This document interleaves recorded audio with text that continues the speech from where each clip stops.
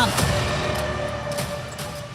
Di seputaran Kejagung, di keliling gedung Kejagung banyak papan ucapan. Nah ini contoh mendukung penangkapan terhadap Alvin Lim.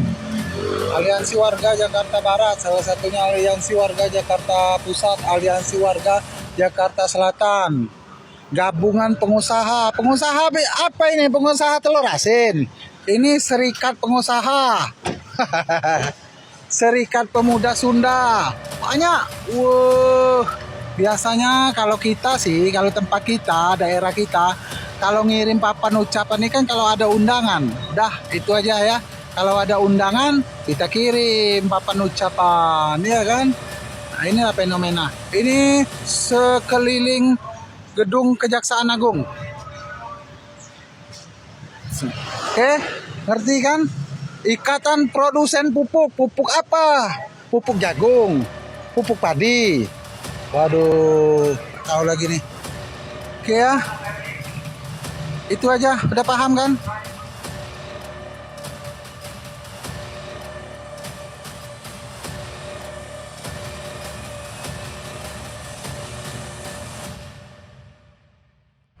Halo, kembali dengan saya Alvin Lim di channel Quotient TV, Justitia TV, dan channel-channel pendukung lainnya.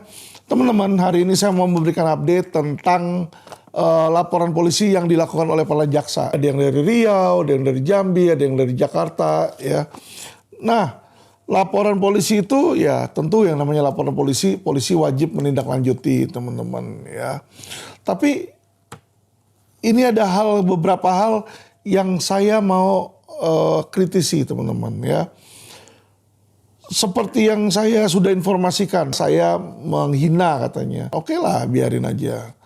Nah, yang mereka lakukan, mereka lapor polisi toh, ya udah biarin juga, itu hak teman-teman. Jadi saya mau kasih update nih bagaimana perlawanan biar teman-teman pun juga yang nggak mengerti hukum, biar cerdas hukum, ya. Biar mengerti juga informasinya. Makanya saya akan memberikan transparansi terhadap setiap kasus yang saya alami, teman-teman. Tidak akan saya tutup-tutupi. Jadi teman-teman, saya baru menerima surat panggilan. Ya, ini surat panggilan. Jadi mereka sudah buat skenario lah. Seolah-olah Alvin Lim ini adalah musuh jaksa. Ya. Semua benci sama jaksa, sama Alvin. Termasuk masyarakat juga benci. Padahal tadi teman-teman lihat sendiri. Tuh karangan bunga itu ya tulisannya mirip-mirip itu semua itu. Ya, tulisan mirip-mirip. Mereka juga bilang itu suruhan atasan katanya. Jadi suruhan. Jadi kenapa serentak? Ini karena suruhan. Ini by design, teman-teman, ya. By design, ada yang memerintahkan. Oke, nggak apa-apa, biarin aja. Itu yang namanya oknum-oknum nggak suka kalau dikritik, teman-teman, ya. Menyatakan bahwa kejaksaan ini anti kritik. Oke, lanjut, teman-teman. Adalah saya menerima surat panggilan ini. Nah, setiap kali Alvin ngomong kok kayaknya katanya jelek-jelekin di situ. Tapi yang saya ngomongin fakta masalahnya, teman-teman. Kenapa fakta? Contoh hari ini yang saya bicara ini tentang surat panggilan ini. Jadi ini surat panggilan, teman-teman lihat surat panggilannya, kalian lihat nih di layar monitor, ya. Nah, dalam surat panggilan ini teman-teman lihat apa? Pertama adalah laporan polisinya nih. Kalau kita lihat di surat panggilan butir ketiga dasar. Laporan polisi nomor LPB 0536. Nah, perhatikan di sini teman-teman, ya. Perhatikan di dasar 3 ini tanggalnya. Jadi laporan polisi ini dibikin tanggal 14 September 2022. Nah, lucunya teman-teman, ya kan, hanya dalam waktu 9 hari sejak dibikin laporan polisi, 9 hari loh, 7 hari kerja. Itu kita bisa lihat di nomor 4, teman-teman. Ada yang namanya surat perintah penyidikan nomor SP Sidik 239-IX nih. Jadi ini yang menarik, teman-teman. Kenapa saya bilang dalam waktu 9 hari laporan polisi ini sudah langsung naik sidik. Ya, ini luar biasa, teman-teman. Bukan luar biasa lagi, teman-teman, ya. Saya boleh bilang inilah yang namanya laporan polisi atensi. Atensi itu sesuatu yang dilakukan kepada urgensi. Jadi seolah-olah nih laporan polisi urgent nih. Ya, wajib. Yang lucunya hukum akan tajam ke atas juga. Ya. equality before the law. Samanya dari mana teman-teman? Saya bingung. Ini laporan September baru dilaporin, langsung naik sidik dalam waktu 9 hari. Ya, nanti saya kasih tahu teman-teman pelanggaran-pelanggaran apa aja yang mereka langgar. Jadi ini mereka melanggar undang-undang teman-teman. Tapi nanti saya jelasin ya. Jadi kalau menerima sebuah panggilan, laporan panggilan, lihat juga tanggal, itu nomor 1. Kapan dibikin laporan polisi? Laporan polisi tanggal 14. Terus habis itu apa nomor 2-nya? Nomor 4-nya surat perintah penyidikan. Ya, 23 September. Berarti dalam 9 hari langsung dia naik sidik. Tanpa lidik. Mestinya lidik dulu teman-teman. Lidik baru sidik. Nah, bagaimana membuktikan kita tahu itu lidik atau sidik? Lihat di kop surat atas ada tulisannya di sini pro justitia, ya. Nah, kalau udah pro justitia di sini berarti ini menyatakan sudah naik sidik. Ya. Oke, kenapa saya bilang ini lucu dan ini janggal? Ya. Ini dibikin bulan September, laporan ITE. Laporan yang sama ITE saya bikin Mei dan Juni, teman-teman. Sampai sekarang masih lidik. Sampai sekarang masih lidik. Masih proses. Baru periksa siapa? Baru periksa saksi pelapor, teman-teman. Nah, ini saya sebagai terlapor aja nggak pernah diperiksa. Ya, di sini kejanggalan pertama. Berdasarkan aturan itu administrasi, seharusnya masuk dulu ke lidik. Masuk dulu ke lidik, baru dimintain keterangan. Saya harusnya dimintain keterangan dalam lidik. Itulah yang namanya panggilan lidik atau interview, biasa surat berita acara klarifikasi atau surat berita acara interview panggilannya. Ini enggak. Ini langsung panggilan pemeriksaan saksi. Situ. Ini kejanggalan pertama, teman-teman. Kejanggalan kedua, seharusnya saya dipanggil dulu nih. Saya nggak pernah diklarifikasi. Yang ketiga, teman-teman, yang dilanggar dalam aturan KUHAP adalah apa? Pasal 109 ayat 1. Jadi kalau teman-teman buka pasal 109 ayat 1 KUHAP, itu berbunyi di situ bahwa penyidik wajib memberikan SPDP dalam waktu 7 hari. 7 hari sejak naik sidik, teman-teman. Jadi ini surat, saya terima tanggal 10, surat panggilan ini. Ini karena dia tanda tangan baru tanggal 29, diantarnya tanggal 30 nih. Jadi diantar sehari kemudian, teman-teman, ya. Tanggal 30. Nah, kalau teman-teman lihat tadi, itu surat perintah penyidikan tadi keluar tanggal 20 September. Jadi tanggal 23 baru sidik nih. Baru keluar SP, surat perintah penyidikan. Jadi dalam waktu 7 hari, berarti paling lambat seharusnya tanggal 30, teman-teman. Seharusnya tanggal 30 paling lambat, saya harusnya sudah menerima SPDP. Ya, tapi sampai sekarang saya belum menerima SPDP. Ini sudah merupakan pelanggaran KUHAP. Ya. Jadi penyidik-penyidik ini, polisi-polisi ini, sorry ya kalau saya boleh bilang, oknum-oknum cyber ini mabes cyber, ya kan, sudah melanggar KUHAP, teman-teman. Saya sebagai masyarakat kadang sering heran. Kenapa sih masyarakat itu selalu harus taat hukum, sedangkan aparat penegak hukum tidak pernah mau taat hukum. Ini kan lucunya di sini, teman-teman. Dan parahnya lagi, ketika aparat itu misalnya ada waktu nih 7 hari dia harus kasih, dia nggak kasih. Hebatnya itu tidak ada penalti, tidak ada hukuman buat mereka, teman-teman.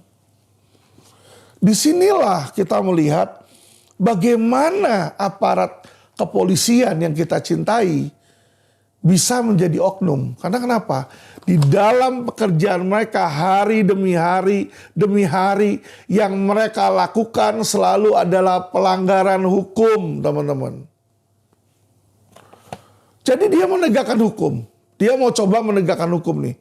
Memproses Alvin Lim. Oke, saya bersedia diproses. Tapi tolong dong prosesnya sesuai hukum dong. Jadi misalnya gimana? Oke, mau proses Alvin Lim. Alvin Lim punya hak untuk menerima SPDP dalam 7 hari. Berikan dong. Kenapa saya nggak pernah diberikan? Silakan gitu loh. Kalau mau proses saya hukum, mau laporin silakan. Tapi kenapa Anda melanggar hukum. Kalau polisi melanggar hukum, kalau kewenangan diberi, kenapa nggak boleh Alvin Lim nangkep polisi? Ah, coba. Harusnya saya aja yang tangkap nih polisi nih. Lu melanggar. Inilah teman-teman nomor satu kejelekannya ya hukum di Indonesia dalam proses hukum di kepolisian. Polisi itu berhak bertindak sewenang-wenang, teman-teman. Bisa bertindak sewenang-wenang tanpa penalti, teman-teman. Semaunya dia, semaunya dia.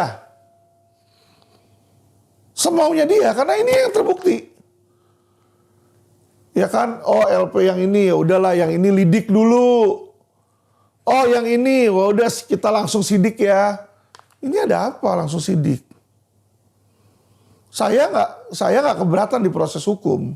Kalau saya salah pun, saya nggak keberatan di penjara. Tapi tolong dong proses hukumnya sesuai undang-undang dong. Boleh nggak saya minta seperti itu? Jadi gini teman-teman ya, biar teman-teman tahu. Terserah orang mau bilang saya orang gila, silakan. Saya katain Cina gila lah apa, terserah deh. Katain sesuka mereka, hati mereka. Ya. Saya ini mau memberikan contoh ke masyarakat. Bahwa di dalam proses hukum, saya berikan transparansi. Aparat penegak hukum itu selalu melanggar hukum. Ini saya mau membuktikan tesis saya. Nah ini pelanggaran hukum pertama teman-teman. Baca pasal 109 ayat 1 KUHP. Kewajiban polisi untuk memberikan SPDP dalam waktu 7 hari kerja. 7 hari. Ini sudah hari keberapa ini? Udah 2 minggu. Ya, nggak pernah dikasih teman-teman saya SPDP. Jadi dia sudah melanggar, itu satu. Kedua teman-teman adalah apa? Saya kasih tahu teman-teman ya, yaitu adalah hari panggilan. Jadi polisi itu harus manggil minimal itu H-3 teman-teman. H-3 hari kerja kalau bisa. Ya. Jadi ini sengaja sama polisi dibikin.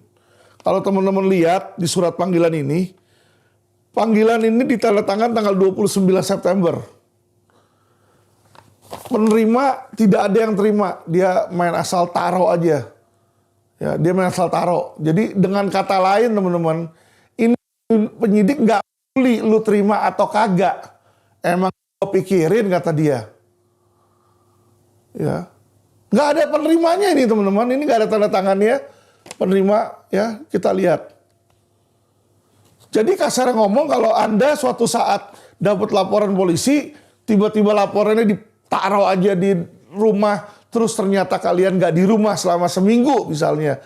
Besok-besok tiba-tiba lu bisa-bisa ditangkap. Kan lucu teman-teman, bener nggak? Sesuatu yang kita nggak tahu, kita harus bertanggung jawab. Seharusnya kan kita dikasih tahu itu. Saya cuma mau kasih tahu teman-teman biar teman-teman cerdas nih, ya. Karena sorry teman-teman, ada oknum polisi yang nakal seperti itu.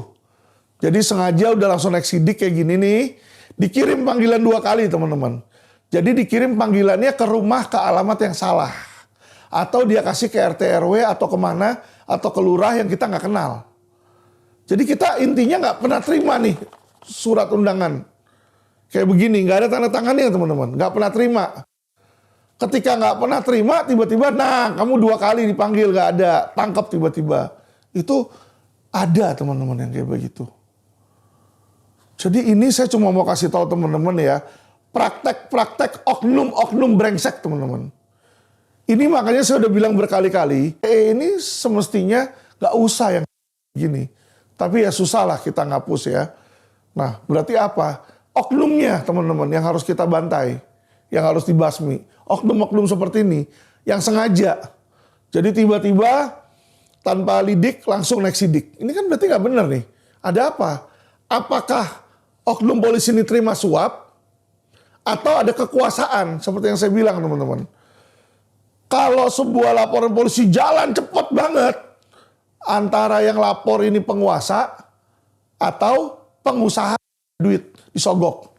Karena kita tahu ini adalah kantor Kejaksaan Tinggi DKI, kantor Kejati, berarti ini penguasa. Ya, berarti di sini mereka menggunakan kekuasaan mereka secara sewenang-wenang. Ya, ini yang saya duga seperti itu. Kenapa? Lah cepet 9 hari langsung naik sidik, nggak pernah manggil orang kok, berarti unsur pidana ditemukan loh. Bagaimana kamu bisa menemukan tanpa klarifikasi? Ini yang aneh. Dan bagaimana semua bisa dilakukan dalam 9 hari.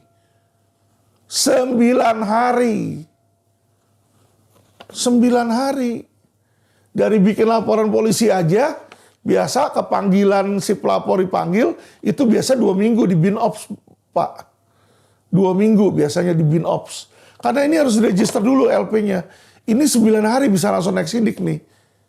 Ini yang namanya aneh bin ajaib makanya. Ya, ini teman-teman, agar teman-teman tahu, ya, kita nggak main asal ngomong, oh Alvin Lim dikriminalisasi. Saya akan tunjukkan ke teman-teman dari awal brengseknya oknum-oknum Polri, teman-teman. Ya, ini berdasarkan bukti. Ya, jadi tadi nomor 3 kita udah tahu karena apa panggilan ini ya, pasal 109 ayat 1. Nomor 3 tadi dia nggak kasih SPDP. Nomor 4 panggilan. Panggilan itu harusnya H-3 teman-teman.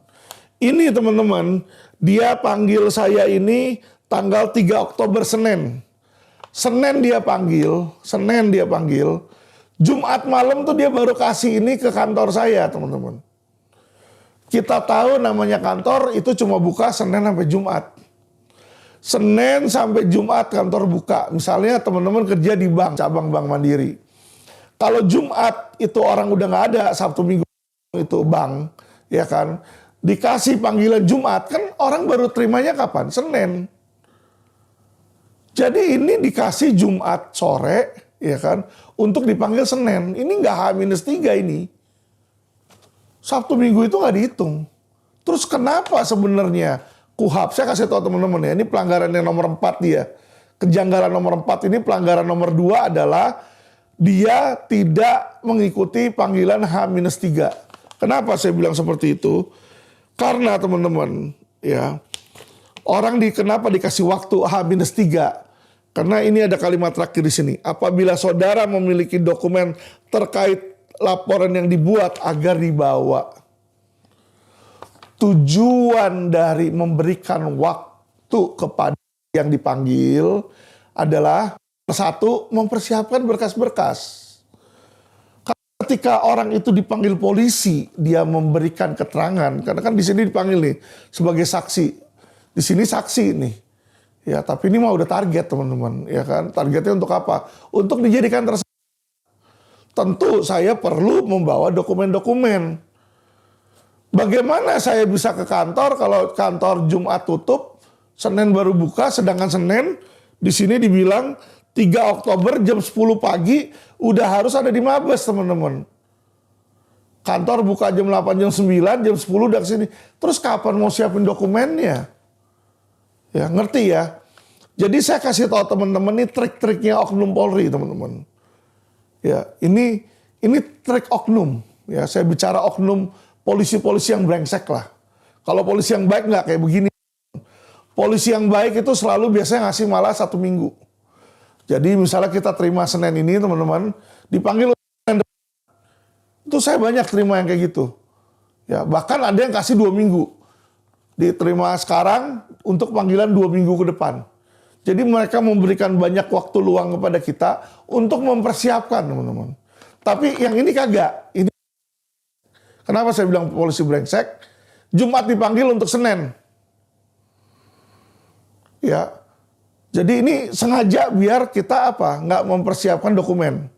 Sehingga kalau kita nggak mempersiapkan dokumen, datang ke sana unprepare, diserang dengan pertanyaan-pertanyaan, kita salah jawab atau tidak memiliki dokumen bukti, kita sangat cepat akan menjadi tersangka, teman-teman. Ingat itu, ingat. Karena setiap pertanyaan penyidik, kalau Anda adalah terlapor, bukan untuk membantu Anda, tapi setiap pertanyaan mereka adalah untuk menjebak supaya Anda bisa dijadikan tersangka. Ya, karena pisau itu tajamnya kemana? Harusnya tajamnya ke si terlapor. Ya ini teman-teman harus ingat ya. Saya kasih tahu trik-triknya nih, trik-trik polisi nih. Ya, jadi ini boroknya mereka berikutnya nih. Yaitu adalah ini dia tadi ya. Nah, langsung panggilan untuk tanggal 3 Oktober. Kan sadis kalau kayak begitu ya. Nah, tapi ya teman-teman, saya sudah bilang dari awal trik-trik mereka itu saya udah tahu semua, makanya saya nggak pusing situ. Saya udah tahu semua dan saya udah bilang dari awal, jangankan panggilan polisi, ditahan pun saya siap, saya bersedia. Jangankan ditahan, mati pun nyawa pun saya bersedia demi perbaikan Indonesia. Ya, tapi teman-teman, inilah rupa polisi.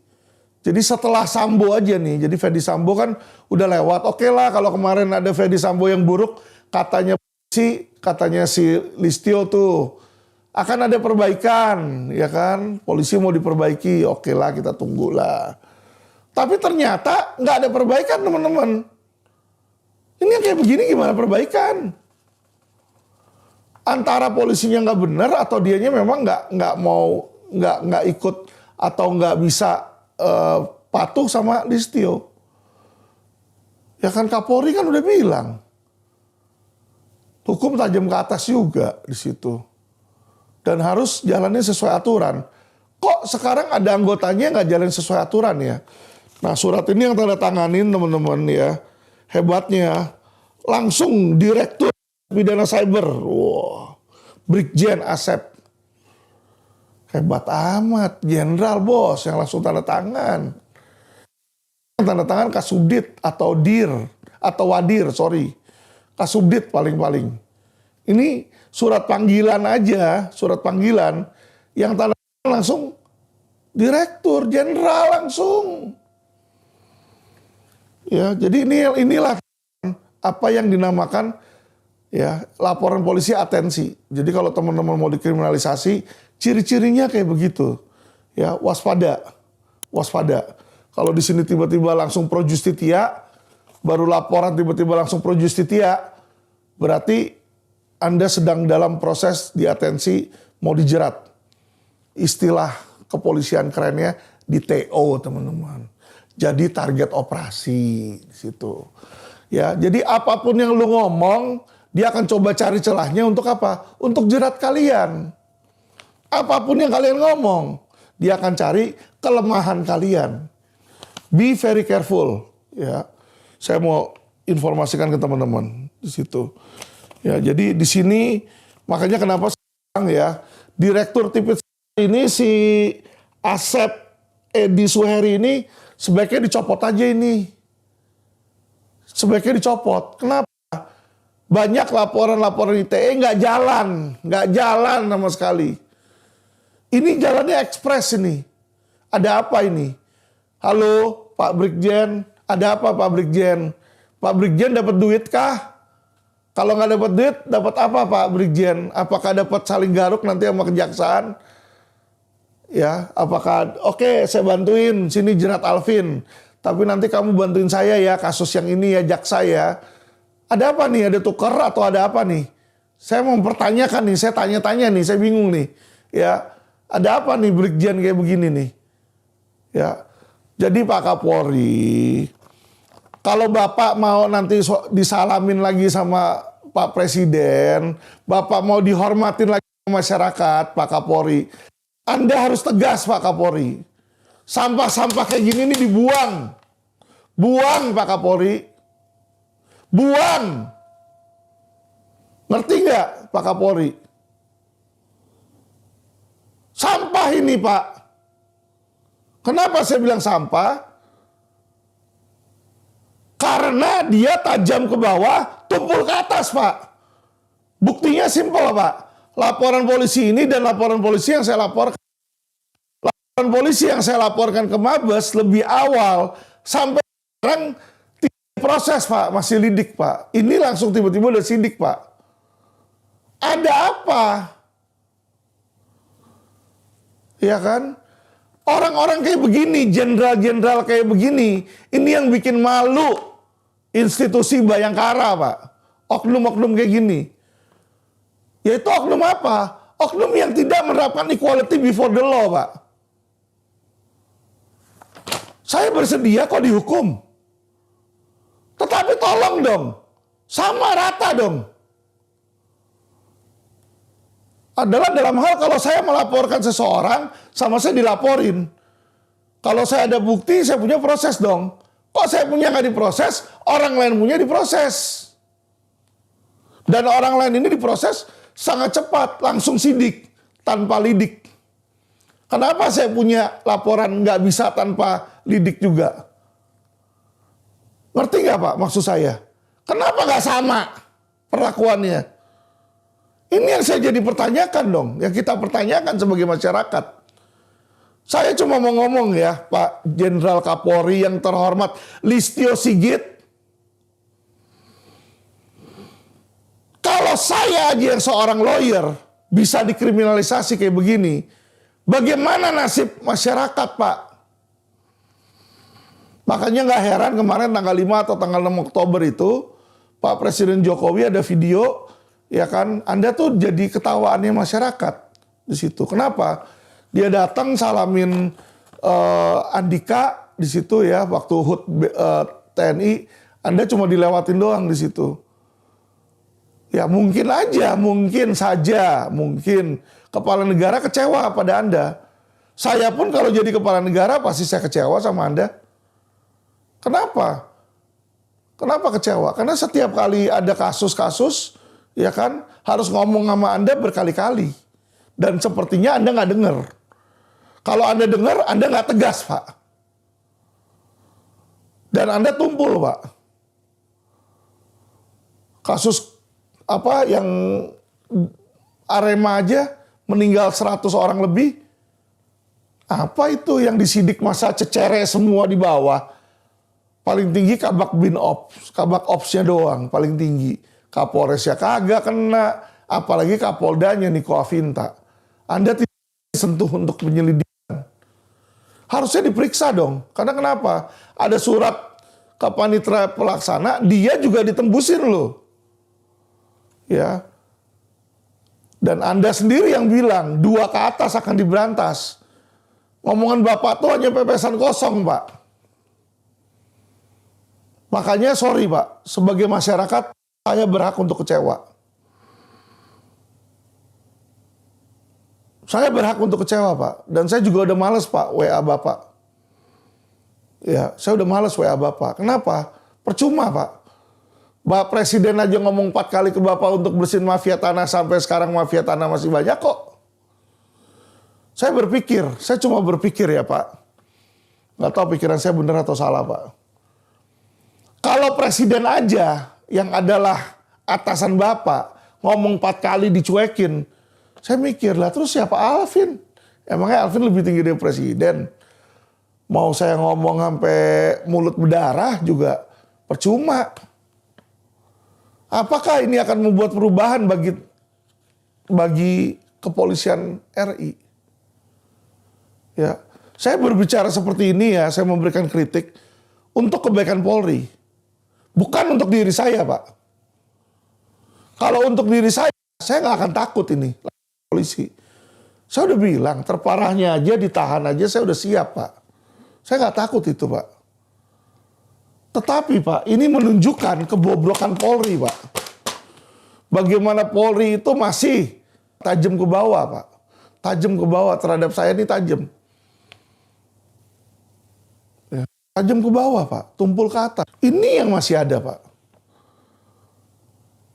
Ya, buktinya Pak, laporan polisi Narada Pak. Laporan polisi Oso, Mahkota. Itu nggak jalan-jalan bertahun-tahun. Padahal itu merugikan 7,5 triliun Pak.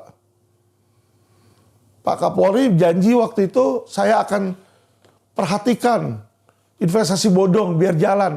Masih nggak jalan Pak Kapolri. Di Polda Metro, itu Polda Metro Pak nggak jalan Pak. Kalau Mabes, Tipit Exos jalan Pak. Pak Wisnu bagus itu. Yang nggak jalan nih sekarang di Polda Metro Pak, kemarin-kemarin nggak pernah jalan Pak. Itu Pak. Ya, jadi jenderal-jenderal yang namanya di masyarakat itu diduga terlibat 303, itu nggak ada prestasinya Pak dalam penanganan kasus Pak, perkara Pak. Nanti yang di Koavinta, Jawa Timur, saya ada skandal lagi nih Pak. Bagaimana orang benar jadi salah di Jawa Timur Pak. Orang salah dibenerin Pak. Ya, ada bukti videonya nyata Pak. Kejahatan orang itu nyata, ada bukti videonya Pak. Dan orangnya lepas Pak. Dan orangnya itu laporin balik korbannya, dan korbannya yang mau dipenjara Pak. Ini dunia apa Pak? Ini mau dibikin sama raja-raja kecil, Kapolda brengsek itu, mau dibikin jadi apa Pak? Sama oknum jenderal-jenderal brengsek itu Pak. Saya cuma kasihan Pak sama masyarakat Pak. Korbannya bukan Alvin Lim Pak, itu yang dijawab. Korbannya bukan Alvin Lim Pak. Arema yang bukan teman saya, bukan saudara saya Pak. Ya, tetapi mereka adalah saudara satu bangsa saya Pak. Mereka bukan saudara keluarga saya Pak. Ya, sebenarnya mereka meninggal pun sebenarnya tidak merugikan saya. Tetapi Pak, sebagai seorang yang nasionalis dan cinta pada negara ini, saya sedih Pak. Karena mereka ini saudara sebangsa. Ngerti ya? Makanya saya bicara. Nanti yang kasus saya mau bicarakan juga ya, berikutnya yang dimana orang benar bisa jadi salah, yang salah jadi benar di Polda Jawa Timur tuh, di Jawa Timur Pak. Sama Pak, itu kasihan Pak. Itu klien saya, ya pro bono, saya nggak minta cas apa-apa sama sekali. Kasihan Pak, banyak masyarakat. Saya bingung gitu loh sama kepolisian. Harus bagaimana? Harus apa yang saya lakukan agar supaya kalian tuh mau berubah? Saya nggak benci sama polisi kok. Saya nggak anti polisi. Saya nggak anti polisi. Panggilan karena kalian cuma memberikan saya waktu 1 hari. Kenapa 1 hari Jumat lu panggil, Senin saya harus hadir? 1 hari kerja doang? Ya kan? Saya nggak siap 1 hari kerja. Dan saya masih suratin kalian. Saya masih informasikan, saya masih hormati. Tetapi yang tidak saya hormati adalah oknum-oknum yang kerjanya melanggar hukum, Pak. It's okay kalau saya mau diproses hukum, saya rela. Tapi caranya dong harus benar. Caranya saya mau sesuai hukum dong. Apakah salah saya meminta hal seperti itu? Kalau saya meminta agar hukum dijalankan oleh kepolisian RI, apakah saya salah Pak Listio Sigit? Saya salah dengan saya meminta seperti itu. Saya cuma minta jalankan hukum terhadap saya sesuai hukum. Kalau dari awal aja udah nggak benar, ya kan? Ini kalian sudah menunjukkan kesewenangan. Nanti langsung aja tangkap orang, matiin aja langsung hukum mati, seolah-olah hukuman mati. Padahal nggak ada perintah pengadilan. Kalian hakimi sendiri, nggak bisa kayak begitu kan? Di mana nilai keadilan? Di mana letak keadilan? Makanya saya bilang, ya, sorry ya, Pak Kapolri Listio Sigit, Anda suka atau tidak suka mendengarnya, saya harus bilang Pak, bahwa di zaman Bapak Listio Sigit, Kapolri ini ada di Polri ini, institusi Polri, ada di posisi paling bawah Pak. Posisi paling bawah Pak, reputasi Anda ini di posisi paling bawah Pak Polri. Ya, hancur bukan hanya karena Sambo Pak, tetapi karena Bapak tidak mau tegas Pak. Bapak harus tegas Pak. Terhadap oknum-oknum jenderal-jenderal kayak begini yang nggak mau ngikutin perintah, kapan? Saya udah laporin ini mereka ke Propam, pelanggaran KUHAP. Berani nggak dicopot? Berani nggak di PTDH? Mereka melanggar aturan loh Pak. Mereka melanggar KUHAP loh, pasal 109 ayat 1 loh Pak. Jadi polisi yang melanggar hukum ini akankah kalian tindak lanjuti? Ataukah Anda tidak berani karena beliau adalah seorang jenderal? Itu pertanyaan saya. Kalau memang Bapak Kapolri tidak berani, boleh nggak saya bilang Bapak adalah seorang pengecut dan seorang banci? Boleh nggak saya bilang begitu? Kalau Bapak nggak berani menindak anak buah Bapak yang salah, yang melanggar hukum, Pak. Ini buktinya, Pak. Buktinya, ini SPDP, surat perintah penyidikan, sudah dikeluarkan 23 September. Seharusnya paling lambat tanggal 30 saya terima SPDP. Saya terima SPDP, Pak. Bukti suratnya, Pak. Ada nggak tanda tangan saya menerima?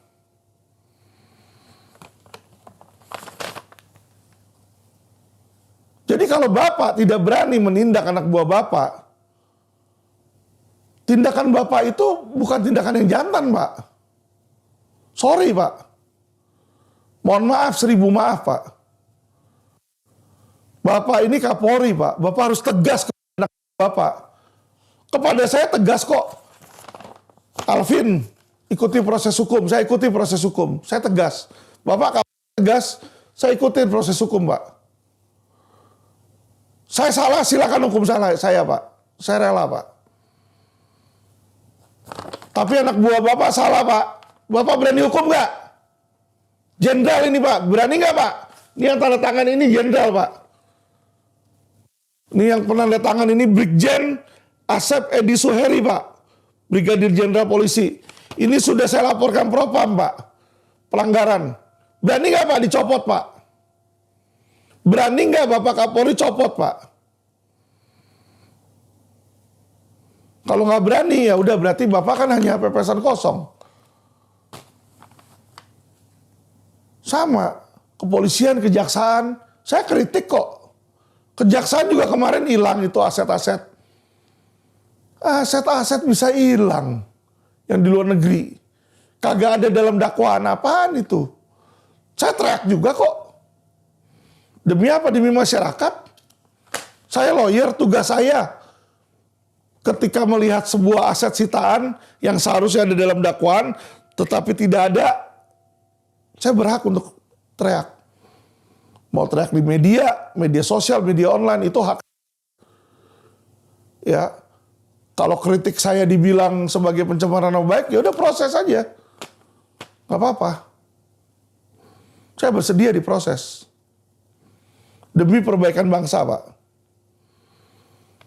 Tapi mohon maaf, Pak. Setelah Sambo pun ini, Pak. Mabes Polri ini masih banyak mafianya, Pak. Makanya sorry. Ya, Mabes Polri pun masih sarang mafia, Pak. Maaf, 1000 maaf. Saya selalu berbicara jujur, Pak. Tapi bukan hanya kepolisian, Pak, sarang mafia, Pak. Advokat-advokat juga banyak mafia. Itu saya akui, Pak. Tapi saya minta perbaikan, Pak. Saya mau ini berubah. Inilah makanya namanya kriminalisasi. Proses hukum yang dilakukan ini tidak berdasarkan hukum, tetapi secara semena-mena. Ini biar teman-teman tahu. Gak apa-apa. Saya biar advokat berkorban untuk masyarakat. Biar masyarakat pintar. Kalian harus pintar, kalian harus cerdas. Gak apa-apa saya jadi korban, gak apa-apa. Yang penting masyarakat kalian tahu, ini loh cara-caranya. Oh begitu ya, iya. Dapat langsung prosetia. Ya. Berarti langsung naik sidik. 7 hari teman-teman, 9 hari. Dari laporan polisi langsung naik sidik. Hebat. Hebat. Hebat. Coba laporan polisi yang lain. Banyak yang mandek kan? Banyak yang mandek nggak? Banyak laporan polisi mandek nggak kalian? Masyarakat banyak nggak? Ini 9 hari naik sidik, bos. Beda. Makanya ini saya bilang, yang proses ini udah pasti oknum. Udah pasti. Laporan tipe B. Ya, laporan tipe B 9 hari naik sidik. Hebat. Tandanya, teman-teman, pelapornya juga nafsu ini. Ini pelapornya kejaksaan. Nafsu, pengen cepet-cepet jalan. Jadi apa-apain. Sabar dong, bos. Tunggu waktu lu dong. Ya kan? Jadi saya bilang sekali lagi, Alvin nggak akan mundur. Ya, saya bukan kayak lawyer-lawyer lain yang dilaporin terus langsung tutup mulut diem. Terus nggak berani, enggak. Ya, saya akan tetap konsisten until the end. Dan teman-teman awasi proses hukumnya, setiap langkah saya akan saya informasikan teman-teman. Dan tolong juga teman-teman jangan cuma subscribe channel Quotient TV, tapi subscribe juga channel Justitia TV, Hukum TV teman-teman. Ya, jadi in case Quotient TV ditutup, karena mereka sudah banyak laporin Quotient TV, ya bisa melihat di Justitia TV teman-teman ya. Justitia TV di situ nanti konten-konten LQ dan saya ada di sana teman-teman ya. Supaya teman-teman bisa selalu mengikuti dan bisa hukum. Jadi dalam video saya ini ya ini memberikan informasi, edukasi satu. Kedua gunanya adalah memberikan kritik teman-teman ke instansi. Ketiga memberikan contoh real. Jadi yang saya ngomong ini bukan perumpamaan, bukan andai-andai, tapi adalah kisah nyata. Ya. Nyata yang terjadi nih. Yang kejadian nyata. Sehingga kita bisa tahu bahwa ini benar terjadi teman-teman ya. Tujuannya agar edukasi, informasi kepada teman-teman dan hopefully ya kritik saya ini bisa diterima dengan baik oleh kepolisian ya. Untuk apa? Untuk mereka memperbaiki teman-teman. Cuma kalau mereka nggak mau memperbaiki ya udahlah. Oh, buat apa lagi kan? Soalnya kalau mereka baik juga mereka yang dipuji kok, mereka yang dapat piala, saya nggak dapat. Siapa saya? Ya toh kalau polisi yang terbaik di Indonesia di dunia juga mereka yang untung, saya enggak teman-teman. Ya, oke teman-teman, sekian update saya tentang ITE dari kejaksaan ini yang jaksa lapor-lapor. Ya, oke. Salam cerdas hukum teman-teman harus benar-benar tahu ya mana yang kriminalisasi, mana yang benar-benar penjahat. Oke, salam cerdas hukum.